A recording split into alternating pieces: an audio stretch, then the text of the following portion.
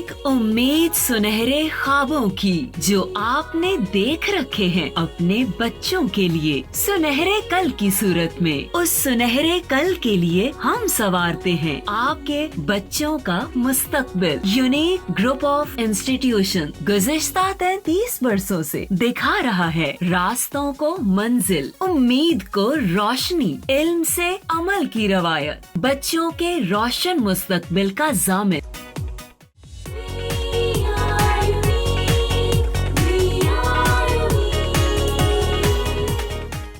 बिस्मिल्लाहिर्रहमानिर्रहीम। अस्सलाम वालेकुम स्टूडेंट्स, कैसे हैं आप लोग? जी बेटा, in previous lecture number 42 we have studied introduction to reproduction and methods of asexual reproduction हमने स्टार्ट किया था। तो मेथड्स ऑफ एसेक्सुअल रिप्रोडक्शन में अप टिल नाउ हमने जस्ट एक मेथड को डिस्कस किया था, दैट वाज बाइनरी फिजन। हमने अभी तक बाइनरी फिजन को बेटा डिस्कस किया था। अब हम बाकी जो मेथड्स हैं मैंने यहाँ पे एनलिस्ट कर दिए हैं एज की पॉइंट आज के लेक्चर के। हम इनको जो है वो तमाम मेथड्स को आज ही इंशाअल्लाह अज़ीज़ को कवर करने की कोशिश करते हैं। तो ये बहुत सिंपल से मेथड्स हैं, लेकिन थोड़ा सा कह लें कि समझने की ज़रूरत है। अगर आपको समझ आएगी तो इसको लिखना और याद करना जो है नहायत आसान हो जाएगा। तो मेथड्स ऑफ एसेक्सुअल रिप्रोडक्शन आज का हमारा टॉपिक है फ्रॉम चैप्टर 14 रिप्रोडक्शन। आपका ऑलमोस्ट पेज नंबर 71 जो है उससे ये स्टार्ट हो रहा है। 71 72 यहाँ से जो है वो, तो पेज नंबर 70 से रिप्रोडक्शन का चैप्टर आपका स्टार्ट हुआ है। आज हम डिस्कस कर रहे हैं बेटा बाइनरी फिशन से नेक्स्ट मल्टीपल फिशन या मल्टीपल फिजन। तो मल्टीपल फिजन जो है ये ऑल्दो आपके ब्लू बॉक्स हम इसको बोलते हैं उसमें इसको मेंशन किया गया, लेकिन ये भी एक मेथड है ऑफ एसेक्सुअल रिप्रोडक्शन। हम इससे डिनाई नहीं कर सकते कि ये एसेक्सुअल रिप्रोडक्शन का मेथड नहीं है। मोस्टली हमने देखा कि बाइनरी फिजन जो है it occurs in prokaryotes, unicellular eukaryotes like amoeba and in invertebrates. आज हम डिस्कस करने जा रहे हैं बेटा मल्टीपल फिजन को। ये हमारा overall second asexual reproduction method है। मैं उसी तरह से इसको एनलिस्ट करता हूँ जैसे हमने नंबरिंग इसकी की हुई है। मल्टीपल फिजन,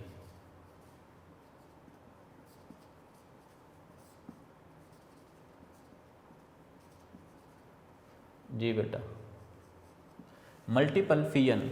जैसे बाइनरी का मतलब ये था, binary fission means division into two, और multiple fission mean division into many, यानी कि मल्टीपल कॉपीज़ जो हैं वो प्रिपेयर होंगी, multiple identical cells, multiple identical organisms produce होंगे। ये एक शॉर्ट सा कह लें कि एक टॉपिक दिया हुआ है आपके बुक में ब्लू बॉक्स के तौर पर। मल्टीपल फिजन जो है it also occurs in amoeba.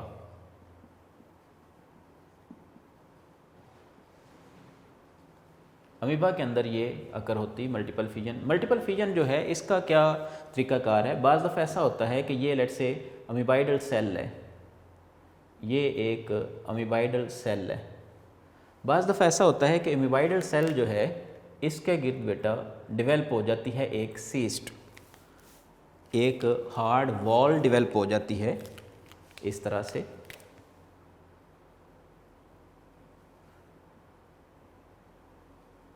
इसको हम बोलते हैं सीस्ट। तो इसके गिर्द सीस्ट डेवलप हो जाती है। ये कब डेवलप होती है? इन अनफेवरेबल कंडीशंस फॉर अमीबा। जब अमीबा अनफेवरेबल कंडीशंस में होते हैं तो उस वक्त इसके गिर्द जो है एक सीस्ट डेवलप हो जाती है।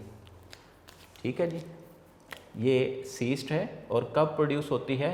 इन unfavourable conditions for amoeba.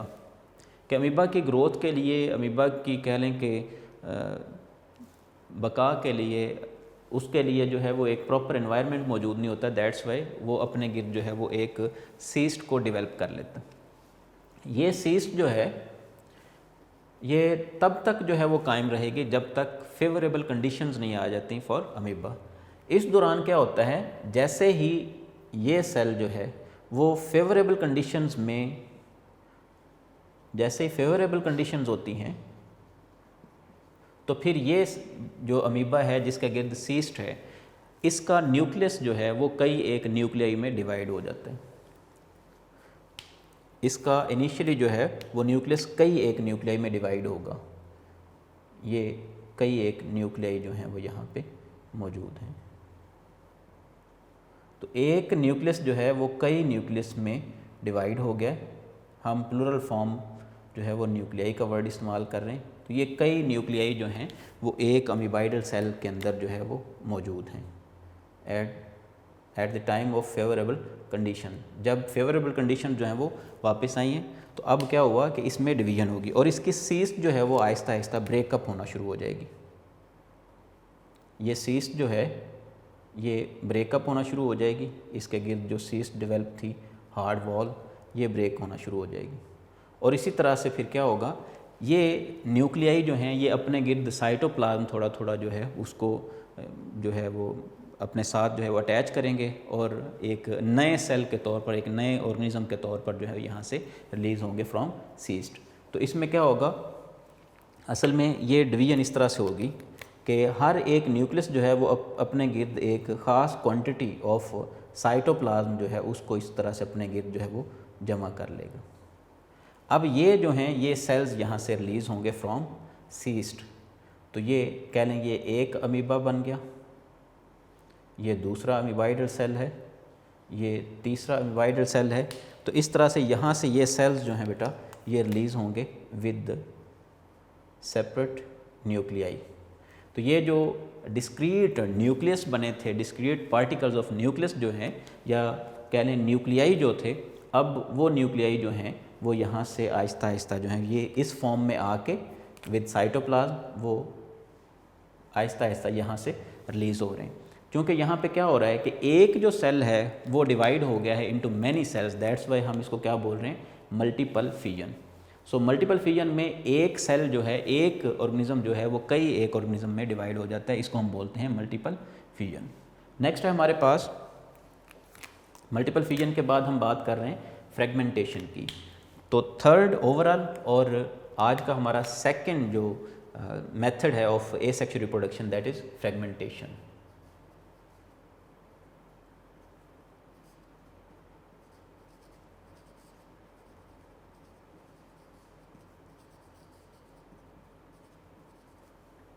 Fragmentation, वैसे फ्रेगमेंट्स क्या होते हैं? फ्रेगमेंट्स से मुराद पार्ट है, पीस है।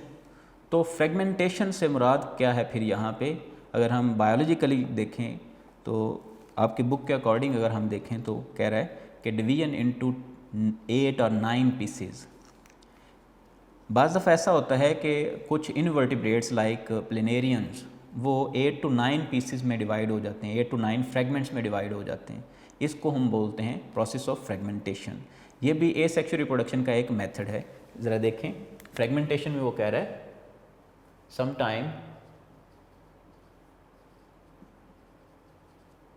sometimes planarians divide into 8 or 9 fragments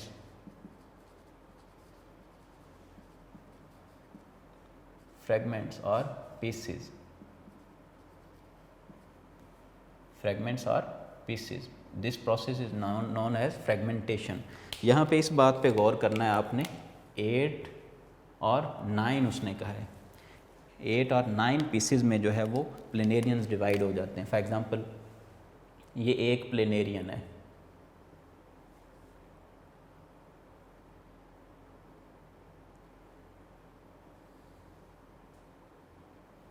ये एक प्लेनेरियन है, ये 8 to 9 पीसेस में इस तरह से डिवाइड हो जाएगा, 8 to 9 पीसेस में।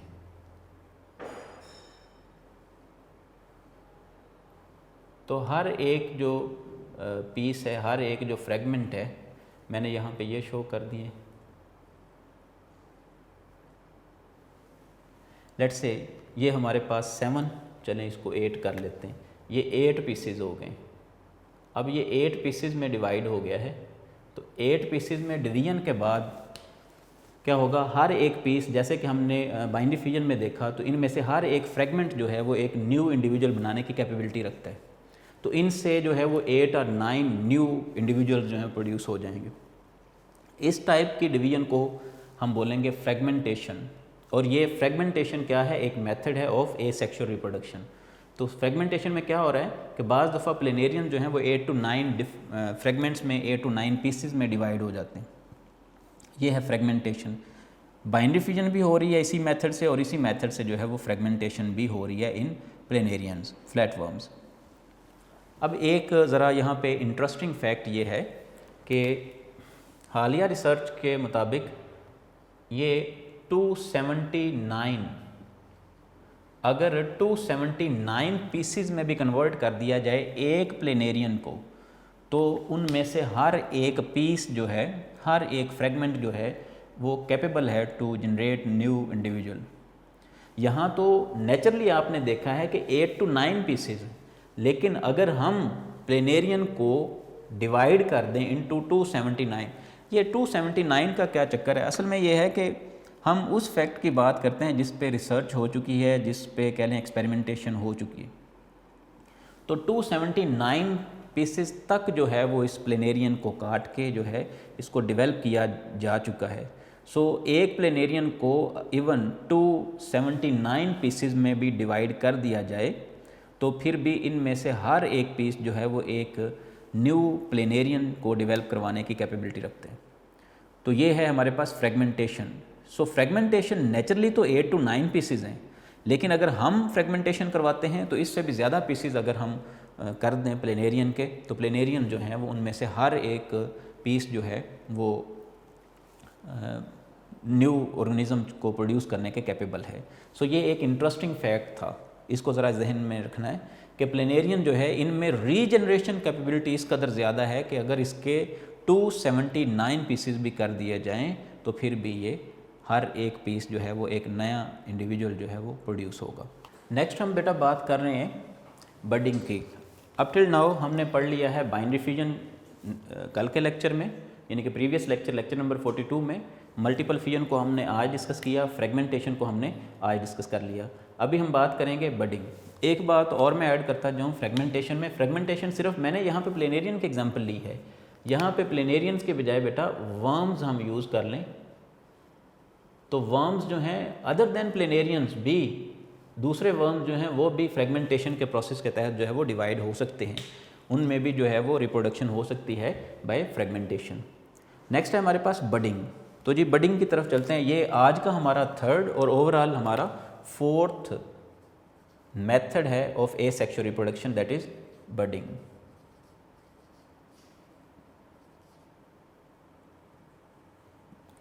बडिंग क्या चीज़ है? बडिंग आप कह सकते हैं ये एसेक्सुअल रिप्रोडक्शन का एक मेथड है जिसमें बड फॉर्मेशन होती है, जिसमें आउटग्रोथ की वजह से जो है वो रिप्रोडक्शन होती है, आउटग्रोथ फॉर्मेशन की वजह से। इसकी सबसे बेहतरीन एग्जांपल जो है वो है यीस्ट, यूनिसेलुलर फंगस है एक। तो बडिंग जो है ये होती है इन यीस्ट ख़ास तौर पर, और कुछ दूसरे प्लांट्स और एनिमल्स में भी। यीस्ट जो है फंगस, यूनिसेलुलर फंगस है। तो यीस्ट के अंदर बडिंग का प्रोसेस किस तरह से होता है? यीस्ट में इसका जो ये लेट्स से ये यीस्ट का एक सेल है, तो यीस्ट का सेल जो है इसमें एक आउटग्रोथ इनिशियली जो है वो एक आउटग्रोथ डेवलप होना शुरू हो जाएगी। इसका साइटोप्लाज्म जो है वो कह लें कि फैलना शुरू होगा और इसमें एक आउटग्रोथ जो है वो डेवलप होना शुरू हो जाएगी इस तरह से। इसको बेटा हम बोलते हैं बड। ये है बड। तो चूंकि ये बड फॉर्मेशन से या आउटग्रोथ जो है, ये आउटग्रोथ या हम इसको नाम दे रहे हैं बड का, इस तरह से जो ग्रोथ हो रही है, इस तरह से जो रिप्रोडक्शन हो रही है, हम इसको नाम देते हैं बडिंग।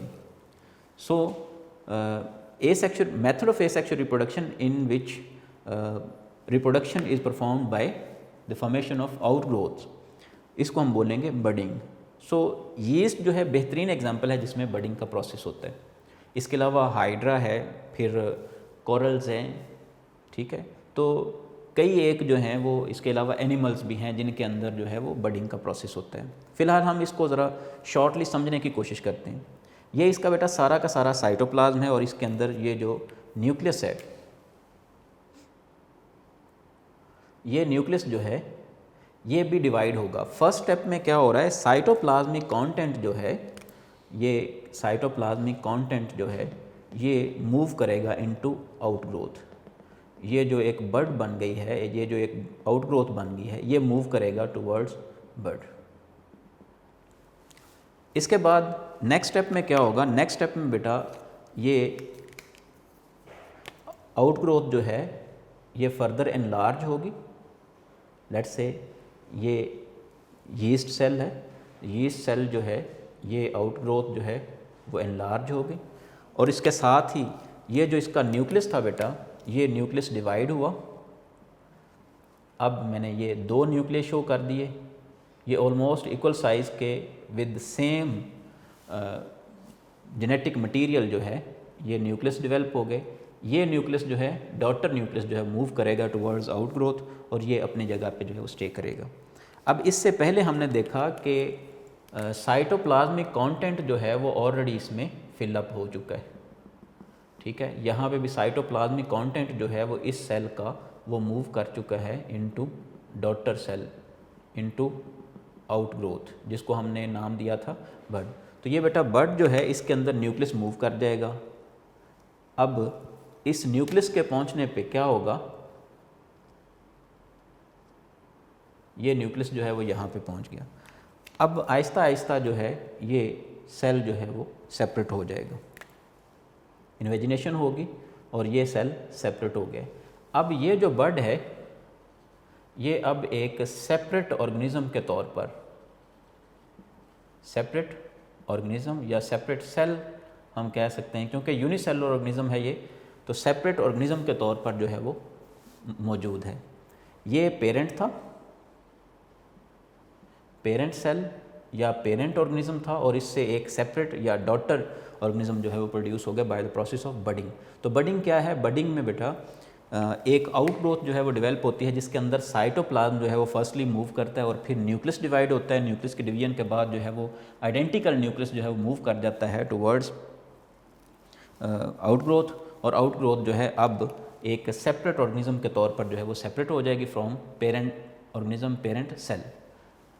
बाज़ दफ़ा ऐसा भी होता है, ये जैसे कि एक आउटग्रोथ हमने शो की, तो यीस्ट के सेल में बाज़ दफ़ा जो है वो एट द सेम टाइम एक से ज़्यादा आउटग्रोथ भी जो है वो मौजूद हो सकती हैं। जैसे कि आप यहाँ पे अगर शो कर दें तो एक से ज़्यादा आउटग्रोथ जो हैं वो मौजूद हो सकती हैं, ठीक है जी।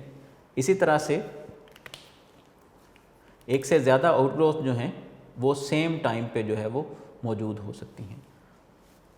अच्छा, नेक्स्ट हम बात करते हैं, ये एक केस था हमारे पास यीस्ट के हवाले से, ये हमारे पास एक केस था यीस्ट के हवाले से। अब हम नेक्स्ट केस की बात करते हैं, budding in hydra. Budding in hydra.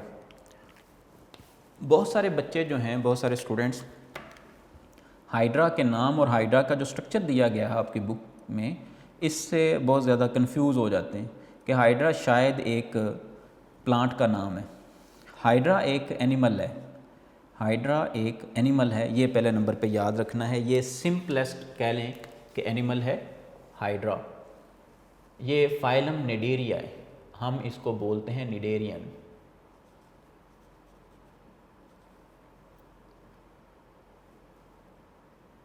Hydra एक इनवर्टिब्रेट है, हाइड्रा एक इनवर्टिब्रेट एनिमल है, ठीक है जी। अब हाइड्रा का जो स्ट्रक्चर आपकी बुक में बनाया गया है वो प्लांट के जैसा बनाया गया है। तो हाइड्रा में किस तरह से बडिंग होती है, हाइड्रा का अगर हम एक्चुअल स्ट्रक्चर जो है वो ड्रॉ करें तो हाइड्रा जो है वो कुछ इस तरह से इसका स्ट्रक्चर होता है।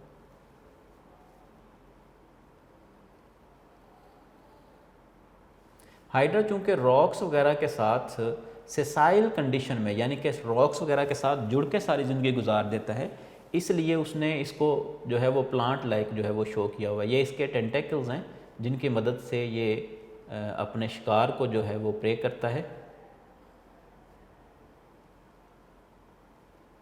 ये इस तरह से। तो समझने के लिए मैंने इसको मज़ीद सिंपल बना दिया है। ये इसकी कह लें कि सिंगल ओपनिंग है जिसके ज़रिए से मटेरियल जो है फूड मटेरियल को ये इनटेक करता है। चूँकि ये एक्वेटिक एनिमल है, एक ही जगह पे ये रॉक वगैरह के साथ अटैच होकर सारी ज़िंदगी गुजार देता है सेसाइल कंडीशन में। इसमें किस तरह, इसमें फिर ये इसका स्टमक और कह लें गैशियस एक्सचेंज के लिए सिंगल कैविटी है जिसको हम गैस्ट्रोवेस्कुलर कैविटी बोलते हैं। बहरहाल हमारा कंसर्न यहाँ पे ये नहीं है, हमारा कंसर्न है इसमें रिप्रोडक्शन किस तरह से होती है। तो हाइड्रा जो है इसमें आउट ग्रोथ स्टार्ट हो जाएगी like in as in yeast हमने अभी पढ़ा, इसी तरह से इसमें भी आउट ग्रोथ स्टार्ट हो जाएगी। लेट्स से किसी भी पॉइंट से इसमें आउट ग्रोथ स्टार्ट हो जाएगी। ये एक कह लें कि नया ऑर्गेनिज्म जो है वो इसके साथ डेवलप हो रहा है।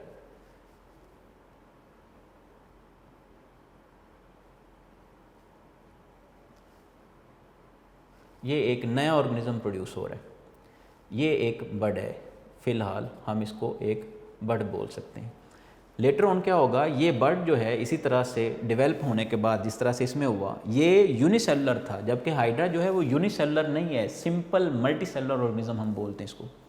अब ये हाइड्रा की जो बर्ड है ये इस तरह से यहाँ से सेपरेट होगी और फिर करीब ही किसी रॉक वगैरह के साथ ये बर्ड जो है, जो कि पहले बर्ड हम कह रहे थे, अब दोबारा से फिर ये इसी तरह से एक नया हाइड्रा जो है उसको जन्म देगा।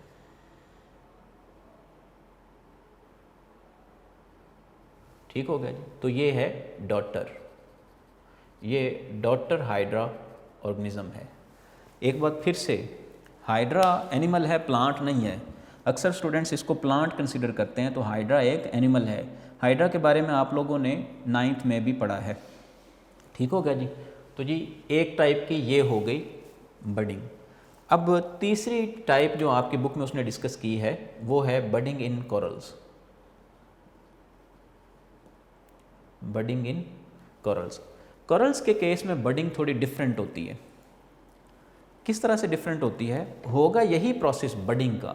हमने यहाँ पे देखा कि बडिंग में यहाँ पे जो है वो बर्ड डेवलप हुई, उसके बाद जो है वो सेपरेट होगी। यहाँ पे बर्ड डेवलप हुई, फिर सेपरेट होगी और इसने एक नया ऑर्गेनिज्म जो है वो इम्प्लांट कर दिया यहाँ पे। कोरल्स में केस जो है वो डिफरेंट है। कोरल्स में केस थोड़ा डिफरेंट है। ये सिलेंट्रेट्स हैं, यानी कि ये भी एनिमल्स हैं। तो कोरल्स के अंदर जो केस डिफरेंट किस लिहाज से है, लेट्स से ये एक कोरल है, मैं जस्ट समझाने के लिए आपको जो है वो यहाँ पे मेंशन कर रहा हूँ। ये कोरल है, तो कोरल जो है इसके ऊपर जो बर्ड डेवलप होगी वो इसके साथ अटैच रहेगी। ये लेट्स से बर्ड डेवलप हुई है तो ये बेटा इसके साथ ही अटैच रहेगी। नेक्स्ट जो है, नेक्स्ट बर्ड डेवलप होगी तो वो भी इसके साथ ही इस तरह से अटैच होगी। आप ये कह लें कि ये पेरेंट था, पेरेंट ऑर्गेनिज्म, ये कह लें इसके बाद ए और ये बी जनरेशन। तो इसी तरह से बर्ड्स जो हैं वो साथ अटैच रहेंगी। Unlike in yeast and hydra, corals में बर्ड्स जो हैं वो अटैच रहेंगी टू द पेरेंट ऑर्गेनिज्म, यानी कि ये सेपरेट नहीं होंगी। यही वजह है कि कोरल्स जो हैं इनमें बडिंग की वजह से बड़ी बड़ी रॉक्स बन जाती हैं जिनको हम कोरल रीफ्स बोलते हैं। कोरल रीफ्स बोलते हैं। कोरल रीफ्स के बनने की असल वजह भी यही है कि जो पेरेंट्स हैं वो आहिस्ता आहिस्ता जो हैं वो मरते जाते हैं, क्योंकि इनका जो स्केलेटन है वो कैल्शियम कार्बोनेट पर मुश्तमिल होता है, यानी कि मेनली कैल्शियम पर। तो ये जैसे जैसे मरते जाते हैं तो ये रॉक बनाते जाते हैं। ये इनके साथ जो है नए ऑर्गेनिज्म जो हैं वो अटैच होते जाते हैं। बर्ड्स जो हैं वो नई अटैच होती जाती हैं, ये डीअटैच नहीं होती लाइक हाइड्रा एंड यीस्ट। उसके बाद है जी बेटा, नेक्स्ट है हमारे पास स्पोर फॉर्मेशन। ओवरऑल 5th और आज के लेक्चर का हमारा 4th पार्ट है स्पोर फॉर्मेशन। ये स्पोर फॉर्मेशन क्या चीज़ है बेटा, इसको डिस्कस करते हैं। 5th spore formation.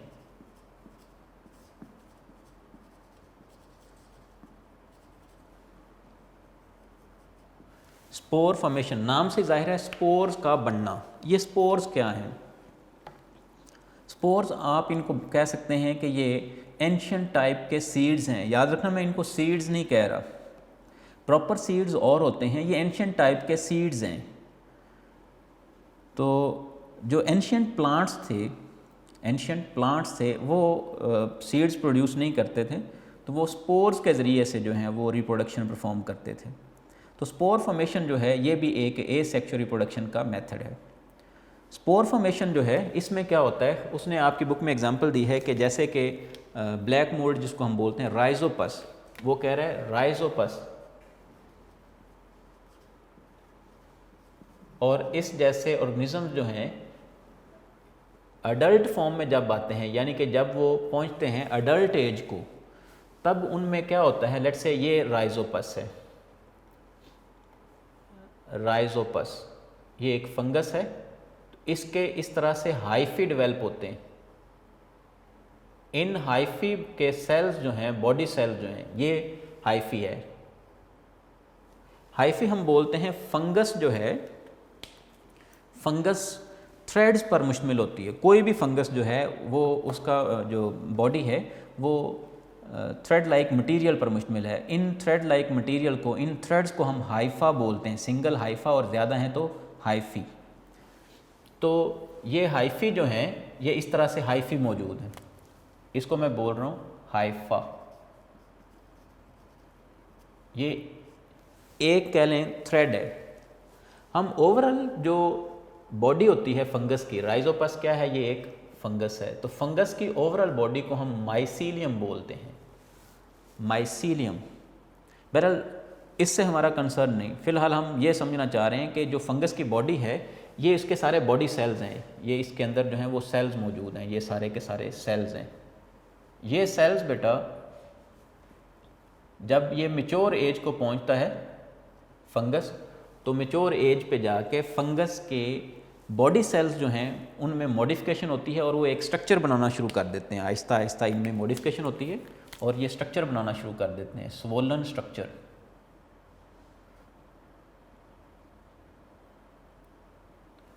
मॉडिफिकेशन होती है और स्वोलन स्ट्रक्चर बना देते हैं। इसको हम बोलते हैं स्वोलन स्ट्रक्चर को स्पोरेंजियम। स्पोरेंजियम क्योंकि इन फ्यूचर इस स्पोरेंजियम, इस स्वोलन स्ट्रक्चर के अंदर बेटा प्रोड्यूस होंगे स्पोर्स, हम इसलिए इसको नाम देते हैं स्पोरेंजियम। स्पोरेंजियम हम बोलते हैं। So asexual reproduction through spore formation भी होती है, लाइक इन राइजोपस। राइजोपस में क्या होता है, एट मैच्योर एज और वी कैन से कि राइजोपस जब मैच्योर होती है तो उसके बॉडी सेल जो हैं उनमें मॉडिफिकेशन होती है और वो स्वोलन स्ट्रक्चर बना देते हैं, जिसको हम नाम देते हैं स्पोरेंजियम। सिंगल स्पोरेंजियम ज़्यादा है तो स्पोरेंजिया। अब इसके अंदर मौजूद एक सिंगल सेल जो है, लेट्स से ये एक सिंगल सेल है, वो कह रहा है ये सेवरल टाइम डिवाइड होगा, सेवरल टाइम डिवाइड होगा और ये फिल अप कर देगा इस स्पोरेंजियम को। इसके अंदर ये बेशुमार सेल्स जो हैं वो प्रोड्यूस हो जाएंगे।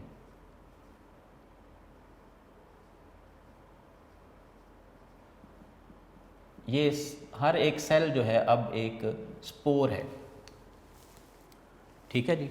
एक सिंगल सेल जो है, सिंगल सेल में सेवरल टाइम डिवीजन से बेशुमार सेल्स बन जाएंगे। ये सेल जो हैं ये होंगे विद थिक वॉल, ये थिक वॉल के साथ मौजूद होंगे।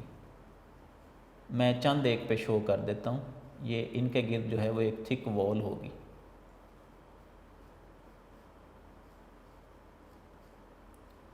चलें सबको ही शो कर देते हैं। इनके गिर्द बेटा एक थिक वॉल होगी, ठीक है जी। थिक वॉल्ड सेल्स जो हैं अब ये स्पोर बन गए हैं, इनको हम बोलेंगे स्पोर। ये सारे के सारे क्या हैं, स्पोर्स हैं। अब जब स्टेज आएगी, राइपनिंग स्टेज आएगी, स्पोरेंजियम जब पक जाएगा तो फिर ये बर्स्ट हो जाएगा और इसमें से स्पोर्स जो हैं, इसमें से स्पोर्स गिरेंगे और एयर के साथ, चूँकि ये लाइटर इन वेट हैं, तो फिर ये हवा के साथ जो है वो डिफरेंट जगहों पे जाके गिर जाएंगे। ये स्पोर जो है जहाँ पे इनको फेवरेबल कंडीशन मिलेंगी वहाँ पे जाके ये गिर जाएंगे और ग्रो कर जाएंगे इनटू न्यू राइजोपस। इसको हम बोलते हैं स्पोर फॉर्मेशन। सो स्पोर फॉर्मेशन क्या है? ये भी असल में ड्यू टू सेल डिवीजन है, माइटोसिस आप कह सकते हैं। तो इनमें भी सेवरल टाइम माइटोसिस होती है एक सिंगल सेल में। पहले नंबर पे तो वो स्वोलन स्ट्रक्चर बनता है, ठीक है, वो मॉडिफिकेशन होती है इन बॉडी सेल्स और एक सिंगल स्ट्रक्चर बनना शुरू हो जाता है। असल में ये स्वेल ही इस वजह से करता है, ये फूल ही इसी वजह से जाता है क्योंकि इसके अंदर जो है वो आहिस्ता आहिस्ता ऐड होते जा रहे हैं न्यू सेल्स। और वो न्यू सेल्स कैसे आते हैं? स्पोर मदर सेल से। मैं टर्म इस्तेमाल कर रहा हूँ स्पोर मदर सेल। तो स्पोर मदर सेल जो है ये इनिशियल सेल था जो कि सेवरल टाइम डिवाइड हुआ है, हम इसको बोल रहे हैं स्पोर मदर सेल। तो स्पोर मदर सेल जो है बेटा ये सेवरल टाइम डिवाइड होके इसने कई एक सेल्स बना दिए जिनके गिर्द जो है साइटोप्लाज्म है, और साइटोप्लाज्म के गिर्द जो है वो थिक वॉल मौजूद है, ठीक है जी, कवरिंग मौजूद है जैसे सीड के ऊपर मौजूद होती है, लेकिन इतनी टफ नहीं होती जितनी सीड पे होती है, बहरहाल एक कवरिंग मौजूद है जिसको हम बोलते हैं थिक वॉल। तो थिक वॉल जो है इन सेल्स को प्रोटेक्शन प्रोवाइड करती है। अब ये सेल्स जो हैं अब इनको हम बोलेंगे स्पोर। स्पोर जब राइपनिंग ऑफ द स्पोरेंजियम पे, जब स्पोरेंजियम बर्स्ट होगा, पक जाएगा, तो ये बर्स्ट होगा और आहिस्ता आहिस्ता स्पोर्स जो हैं इसको लीव करते जाएंगे। स्पोर्स जो हैं वो जहाँ जहाँ पे गिरेंगे फेवरेबल कंडीशन हासिल करेंगे, वहाँ वहाँ पे नए जो है वो कह लें नई बॉडीज़ जो हैं वो प्रोड्यूस होंगे, नए ऑर्गेनिजम्स प्रोड्यूस होंगे लाइक राइजोपस। एक बात और, ये था spore formation, simple spore formation. एक और टर्म यहाँ पे यूज़ हुई है एंडोस्पोर फॉर्मेशन। एंडोस्पोर, एक तो हमने बोला जस्ट स्पोर, तो दूसरा एक टर्म है एंडोस्पोर। स्पोर और एंडोस्पोर में क्या डिफरेंस है? एंडोस्पोर जो है वो कह रहा है बाज़ दफ़ा ऐसा होता है कि जो बैक्टीरियल सेल्स हैं, बैक्टीरियल सेल्स हैं बेटा, लेट्स से ये बैक्टीरियम है, तो बैक्टीरियम जो है अपना genetic material in unfavourable conditions, ये बैक्टीरियल सेल है, तो इन अनफेवरेबल कंडीशन बैक्टीरियम जो है वो अपना जेनेटिक मटेरियल एक सीस्ट के अंदर जो है वो जमा कर लेता है। लेट्स से ये सीस्ट बन गई है, इसको बेटा हम नाम देंगे ये है एंडोस्पोर। बाकी जो इसका सारा का सारा मटेरियल है वो अनफेवरेबल कंडीशंस की वजह से ये यहाँ से लेट्स से ये सारा का सारा मटेरियल है साइटोप्लाज्म है, तो इसका साइटोप्लाज्म जो है वो डिस्ट्रॉय हो जाएगा अनफेवरेबल कंडीशंस की वजह से। लेकिन ये जो अंदर मटेरियल बना है जिसको हमने नाम दिया है एंडोस्पोर, ये अनफेवरेबल कंडीशंस में भी बरकरार रहेगा, और जब फेवरेबल कंडीशंस आएंगी तो इसी जेनेटिक मटेरियल यानी कि इसी एंडोस्पोर से एक नया बैक्टीरियम फिर से बन जाएगा। फिर से बात रिपीट कर रहा हूँ। अब ये आप देखें स्पोर फॉर्मेशन में बेटा क्या हो रहा है कि स्पोर फॉर्मेशन का एक प्रॉपर मैकेनिज्म मैंने आपको समझा दिया कि वो एक स्पोरेंजियम के अंदर स्पोर्स प्रोड्यूस हो रहे हैं, ठीक है जी। स्पोर मदर सेल डिवाइड होता है सेवरल टाइम और स्पोर्स बना देता है, बर्स्ट होता है, और फिर इस तरह से स्पोर्स जो हैं वो जहाँ जहाँ पे गिरते हैं और नए माइसीलियम जो है प्रोड्यूस कर देते हैं, नई फंगस या नई राइजोपस को जन्म देते हैं। जबकि बैक्टीरियल सेल्स की अगर हम बात करें तो कुछ बैक्टीरियम लाइक क्लोस्ट्रीडियम और इसी तरह से कुछ बेसिलस स्पीशीज़ हैं, ठीक है।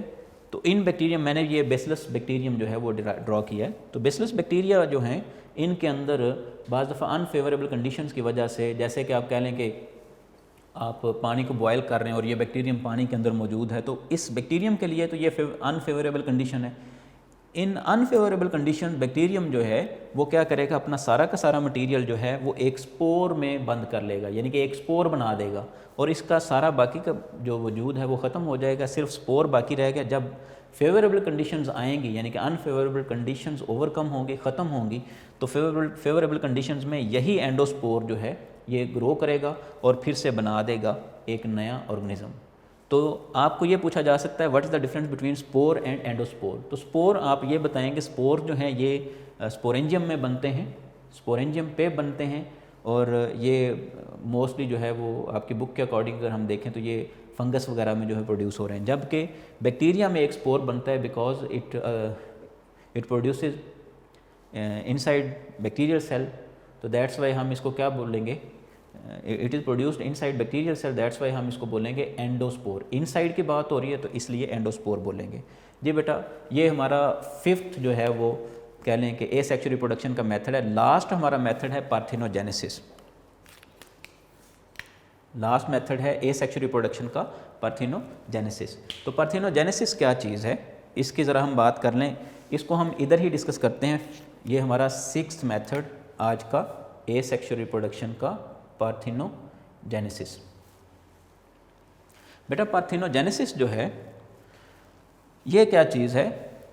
पार्थिनोजेनेसिस हम बोलते हैं एसेक्सुअल रिप्रोडक्शन का ये एक कह लें कि मॉडिफाइड मेथड है। इसमें क्या होता है कि कुछ सेल्स जो हैं, कुछ सेक्स सेल जो हैं वो अनफर्टिलाइज्ड रह जाते हैं।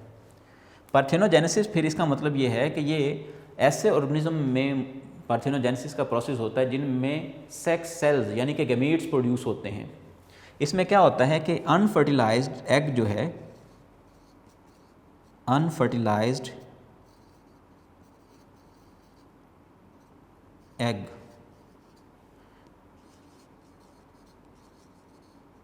converted, an unfertilized egg is converted,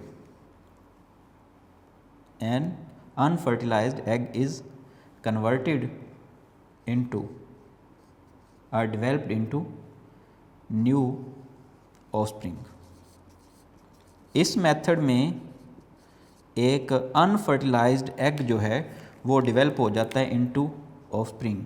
इस टाइप की जो रिप्रोडक्शन है इसको हम बोलते हैं पार्थिनोजेनेसिस। ये भी मेथड जो है वो एसेक्सुअल रिप्रोडक्शन का है, इसमें किसी किस्म की फर्टिलाइजेशन नहीं हो रही। यही तो हम लिख रहे हैं, अनफर्टिलाइज्ड एग जो है वो डेवलप हो जाता है इनटू, कन्वर्ट हो जाता है इनटू न्यू ऑफस्प्रिंग। इस टाइप की जो फर्टिलाइजेशन है ये होती है for example in frogs, fishes and बीज एट्सेट्रा एट्सेट्रा। यहाँ पे वो क्या है, उसने बीज की एग्जांपल दी है। तो हनी बीज जो हैं इनमें जो फीमेल बी है, फीमेल या क्वीन बी जो है वो एग लेइंग का प्रोसेस परफॉर्म करती है। लेट्स से ये उसने एग्स ले किए हैं, फीमेल हनी बी ने ये बेटा एग्स ले किए हैं। ये सारे के सारे एग्स जो हैं ये फर्टिलाइज नहीं होंगे। मेल बीज जो हैं वो स्प्रे करेंगे स्पर्म का, तो स्पर्म का स्प्रे करने पे क्या होगा, बहुत कम जो एग्स हैं वो फर्टिलाइज होंगे। लेट्स से ये इन सेल्स में से ये फ्यू सेल्स जो हैं ये फर्टिलाइज हो गए, बाकी सेल्स जो हैं वो फर्टिलाइज नहीं हुए। जो बेटा फर्टिलाइज हो जाएंगे, जो एग्स फर्टिलाइज हो गए हैं, इनसे बनेगी फीमेल बीज बनेगी, और जो अनफर्टिलाइज रह गए हैं इनसे मेल बीज बनेगी, ड्रोन्स, इनसे ड्रोन्स बनेंगे, मेल बीज। ठीक है जी। तो जो फर्टिलाइज हो गए उनसे फीमेल बीज बनेंगे। एक तो ये बात आपने याद रखनी है। अब फीमेल बीज का प्रोड्यूस होना फीमेल सेक्सुअल रिप्रोडक्शन के तहत प्रोड्यूस हो रही हैं, जबकि जो सेल्स, जो एग्स फर्टिलाइज नहीं हुए वो मेल बीज बना रहे हैं, और मेल का प्रोड्यूस होना इन हनी बीज ये एसेक्सुअल रिप्रोडक्शन है, और इस टाइप की रिप्रोडक्शन को हम बोलते हैं पार्थिनोजेनेसिस। सो पार्थिनोजेनेसिस क्या है? It is asexual reproduction method in which N unfertilized egg is developed into a complete organism, a new individual. ठीक होगा जी। ये है हमारे पास पार्थिनोजेनेसिस। आज बेटा हमने कंप्लीट किया किसको? मेथड्स ऑफ एसेक्सुअल रिप्रोडक्शन को। बाइनरी फिजन पढ़ा, मल्टीपल फिजन पढ़ा, फ्रेगमेंटेशन, बडिंग, स्पोर फॉर्मेशन और पार्थिनोजेनेसिस। पार्थिनोजेनेसिस जो है इसको ज़रा बहुत अच्छे तरीके से आपने याद रखना है। पार्थिनोजेनेसिस ये जो है ये एनिमल्स में अकर हो रहा है। एक हम नेक्स्ट भी मेथड पढ़ेंगे जाके, पार्थिनोकार्पी, वो भी इसी टाइप का मेथड है लेकिन इट अकर्स इन प्लांट्स। बहरहाल पार्थिनोजेनेसिस क्या है? कन्वर्जन है, डेवलपमेंट है of an unfertilized egg into an organism into an offspring. तो किसी ऑर्गेनिज्म का अनफर्टिलाइज एग से प्रोड्यूस होना ये पार्थिनोजेनेसिस है। आई होप सो कि सारे मेथड्स आपको समझ आ गए होंगे बेटा। इसी तरतीब से आपने बहुत अच्छे तरीके से प्रिपेयर करना है विद डायग्राम्स। आपने बहुत अच्छे से प्रिपेयर करना है। इंशाल्लाह अज़ीज़ बेटा नेक्स्ट लेक्चर नंबर 44 जो है उसके साथ हाज़िर होऊंगा। तब तक के लिए अपना ख्याल रखिएगा। अल्लाह हाफ़िज़।